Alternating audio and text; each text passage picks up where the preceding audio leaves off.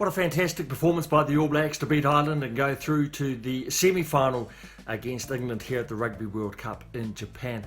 That win against the Irish, it was based really on the All Blacks' ability to control the pace of the game. They did that through the way they were able to hold on to the ball and also through their defence. Their defence was absolutely magnificent. It led on several occasions to the All Blacks scoring tries. And if you look at some of the players involved, Beauden Barrett was named player of the match. Yes, he had a fantastic performance, but for me, I can't really go past Aaron Smith, the two-try halfback, and also a skipper's performance by Kieran Reid. He made a huge number of tackles, 12 tackles I think it was, and 18 carries with the ball in hand.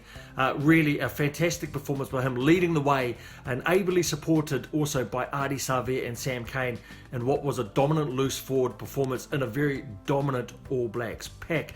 They had a couple of wobbles at scrum time and lost one line out to the Irish, but in general it was the All Blacks pack that was dictating the pace of the game, dictating how the game was going to be played and where it was going to be played. And then through the backs, Jack Goodhue and Anton Lienert-Brown, absolutely magnificent, particularly on defence, showing a bit of an old school way of tackling, I think, with some of the around the waist and around the legs tackles, particularly by Jack Goodhue.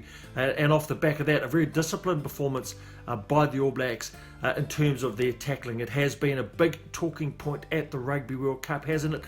The red cards that have been given out for tackling, the All Blacks pretty much squeaky clean in that regard. They did have the yellow card, the penalty try against Matt Todd. I thought that was a bit of a tough call by Nigel Owens.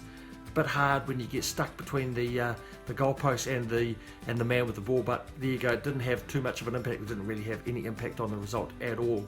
But in general, the All Blacks able to just suffocate Ireland really into not having any sort of attack at all. The Irish were almost pedestrian in some of what they did. In fact, one time in the second half, they held the ball through 4 or 5 good phases and then kind of ran out of options and just hoofed it up a big up and under. It really was a signal to the All Blacks that they had broken the spirit, I think, of the Irish. Also quite clever by the All Blacks to run at Johnny Sexton a lot. They ran at Johnny Sexton, they forced him to make 7 tackles, and when he was replaced late in the second half, he really did look a bit of a broken man. Again, by the All Blacks, their tackling was superb.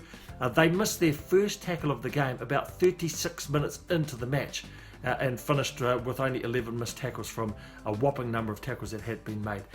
Challenge now, of course, can they reproduce that when they come up against England in a week's time? I think that they can, and if they do reproduce that sort of a performance, then we could be in for another really compelling semi-final against England. England were very good against Australia. They're a team that cannot be dismissed. I was very impressed with their performance against Australia, but when you measure it up against the All Blacks I think the All Blacks and the way that they beat Ireland I put them slightly ahead of England at this stage.